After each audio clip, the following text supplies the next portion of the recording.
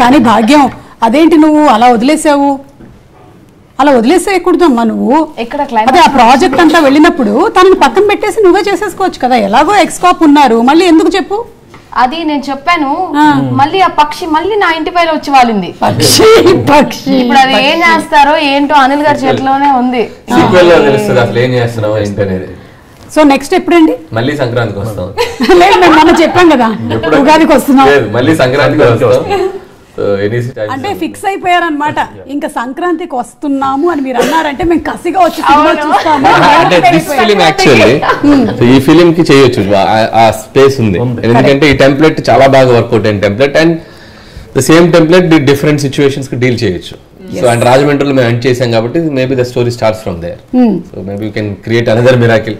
Yes and అలాగేనండి ఈ movie ఇంత సక్సెస్ అవ్వడానికి భీమ్స్ గారి కాంట్రిబ్యూషన్ చాలా ఉంది. ఆ 2 సాంగ్స్ సూపర్ డూపర్ హిట్స్ అయిపోయాయి.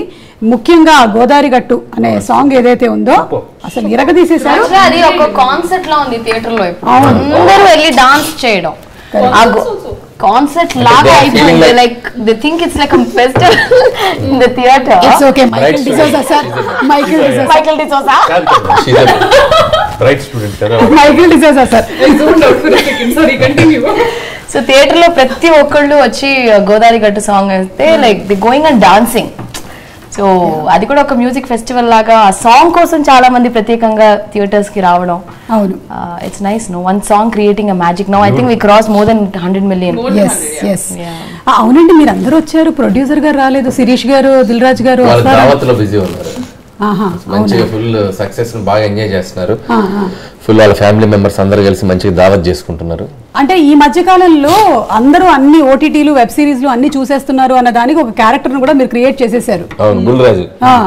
సో బుల్రాజు గురించి, ఆ క్యారెక్టర్ ని క్రియేట్ చేయడం వెనకాల జరిగిన స్టోరీ గురించి ఏమైనా చెప్తారా? అంటే యాక్చువల్ గా ఓటీటీ అనేది it's like it's for an entertainment, but at the same time you have to be cautious with the kids. Correct. ఎందుకంటే దాంట్లో ఒక్కొక్కసారి తెలుగు మరి ఇంగ్లీష్ ఫిల్మ్స్ కి బూతులు చాలా ఘోరంగా ఉంటాయి. డబ్ చేసి మీరు గమనించారో లేదు, ఇంగ్లీష్ ఫిలిమ్స్ ని డబ్ చేసి హిందీ ఫిలిమ్స్ ని డబ్ చేసిన బూతులు మరి to the core. Money హేస్ట్లు.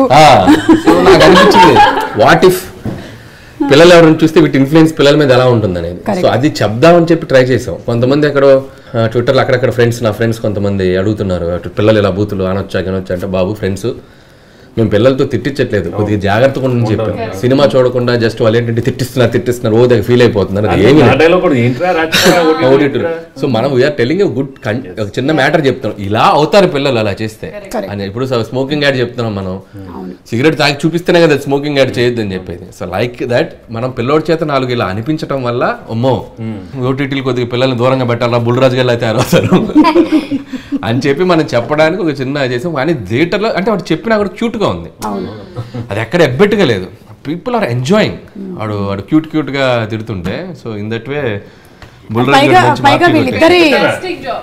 Venkatesh garu ఒక్కసారి మీరు ఇద్దరు చెప్పరండి, లాస్ట్ లో ఇద్దరు చెప్పుకుంటారు కదా. ఎంత క్యూట్ గా ఉందో. పైగా సీరియస్ సిచ్యువేషన్స్ లో కూడా వీళ్ళు వెళ్ళిపోతున్నారు. నేను ఇంట్లో నా బొడ్డోడితో చేస్తాను, నా కొడుకుతో. సో నా కొడుకుతో ఇంటికి వెళ్ళగానే పట్టుకుని నా కొడుకు కురికెత్తాను వాడు కూడా అంటాడు. సేమ్ థింగ్ నేను దీంట్లో అడాప్ట్ చేశాను.